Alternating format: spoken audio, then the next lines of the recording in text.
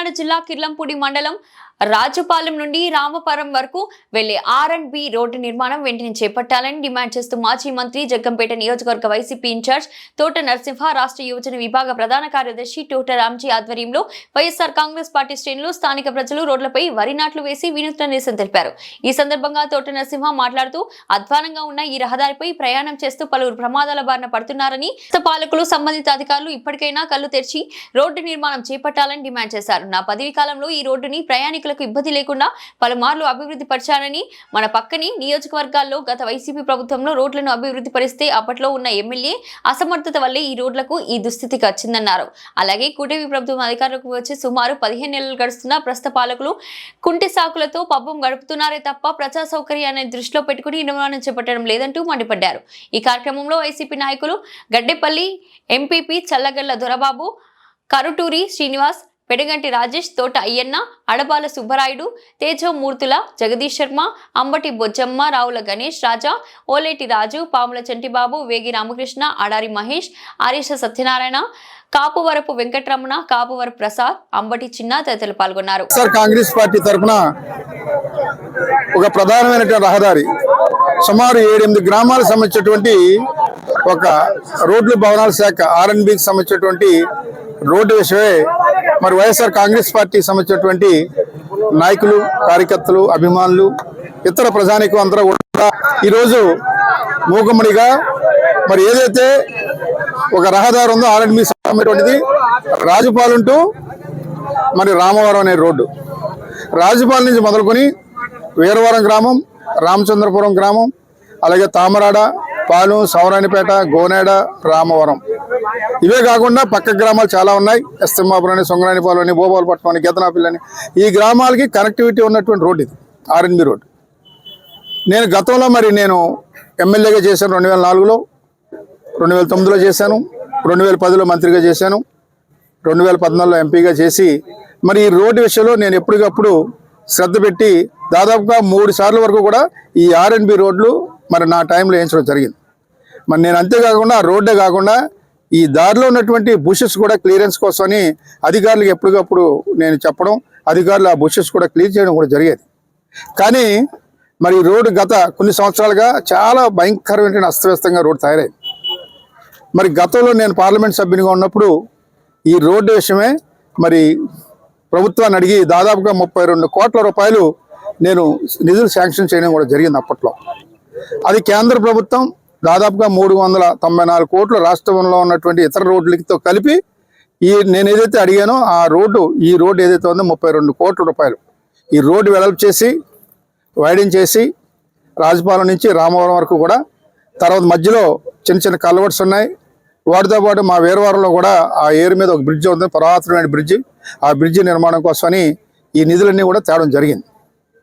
కానీ ఇచ్చే టైంకి ఎన్నికలు రావడం జరిగింది 2019లో. ఎన్నికలు వచ్చిన తర్వాత ఎలక్షన్ కోడ్ వల్ల ఆగిపోయినాయి. తర్వాత కాలక్రమేణా మరి ప్రభుత్వం ద్వారా ఆ నిధులు విడుదలైనా సరే మరి చేపట్టడం జరగలేదు అప్పట్లో. ఎందువల్లంటే ఈరోజు అప్పుడు పరిపాలించినటువంటి ఈ నియోజకవర్గానికి సంబంధించిన ప్రజాప్రతినిధులు సరైనటువంటి దృష్టి పెట్టకపోవడం వల్ల, ప్రభుత్వం నిర్లక్ష్యం వహించడం కాదు, ప్రభుత్వం ఏ నిధులైనా ఇస్తుంది, కానీ ఆ తెచ్చుకునేటువంటి సామర్థ్యం, దమ్ము, ఈ సత్తా ఆ నాయకులకు ఉండాలి. గతంలో పరిపాలించినటువంటి ఈ ప్రాంతానికి సంబంధించిన నాయకులు దీని మీద దృష్టి పెట్టకపోవడం వల్ల మరి చేయించుకోలేకపోవడం జరిగింది.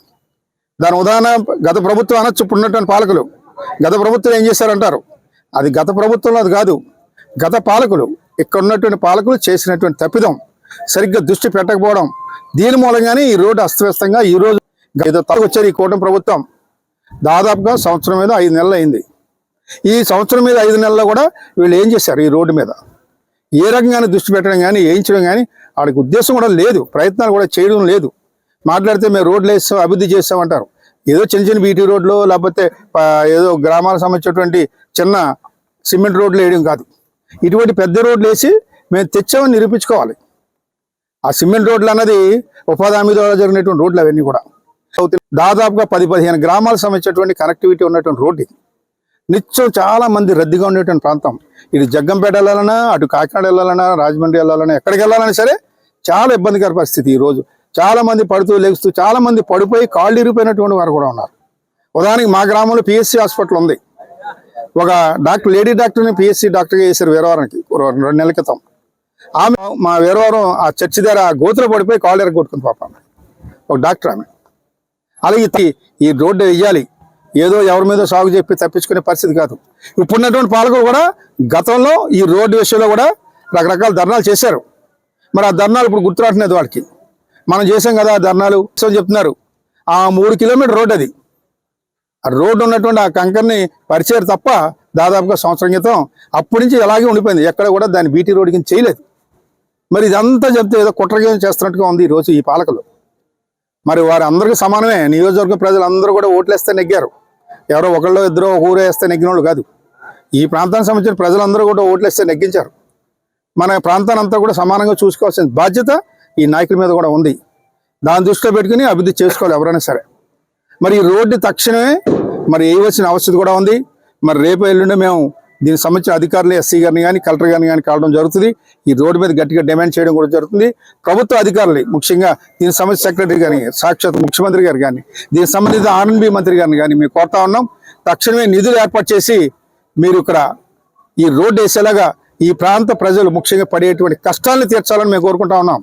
ఇదే మా ఒక్క కష్టం కాదు, చాలా మంది మేము చూస్తూ ఉంటాం. ఇక్కడ ఎంతో మంది పాపం వెళ్తా ప్రభుత్వాన్ని కోరడం జరుగుతుంది, మేము డిమాండ్ చేయడం జరుగుతుంది. వైఎస్ఆర్ కాంగ్రెస్ పార్టీ జగ్గంపేట నియోజకవర్గం తరఫున ఈ రాజుపాలెం టు రామవరం రోడ్ని వేయాలని మీ ద్వారా నేను ప్రభుత్వానికి కోరడం జరుగుతాం.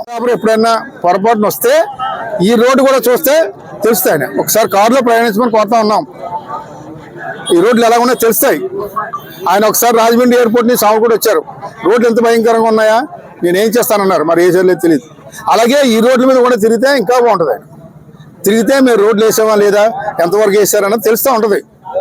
మరి వారిని కూడా నేను కోరుతా ఉన్నాను. ఆయన కూడా పంచాయతీరాజ్ మంత్రి గారు, మరి R&B సంబంధించినటువంటి మంత్రి గారిని, వారిని కూడా మేము కోరుతా ఉన్నాం. తక్షణమే నిధులు కేటాయించి మరి ఈ రోడ్డును పూర్తి చేయాలని మరొక్కసారి ఈ ప్రభుత్వాన్ని కోరడం జరుగుతాం.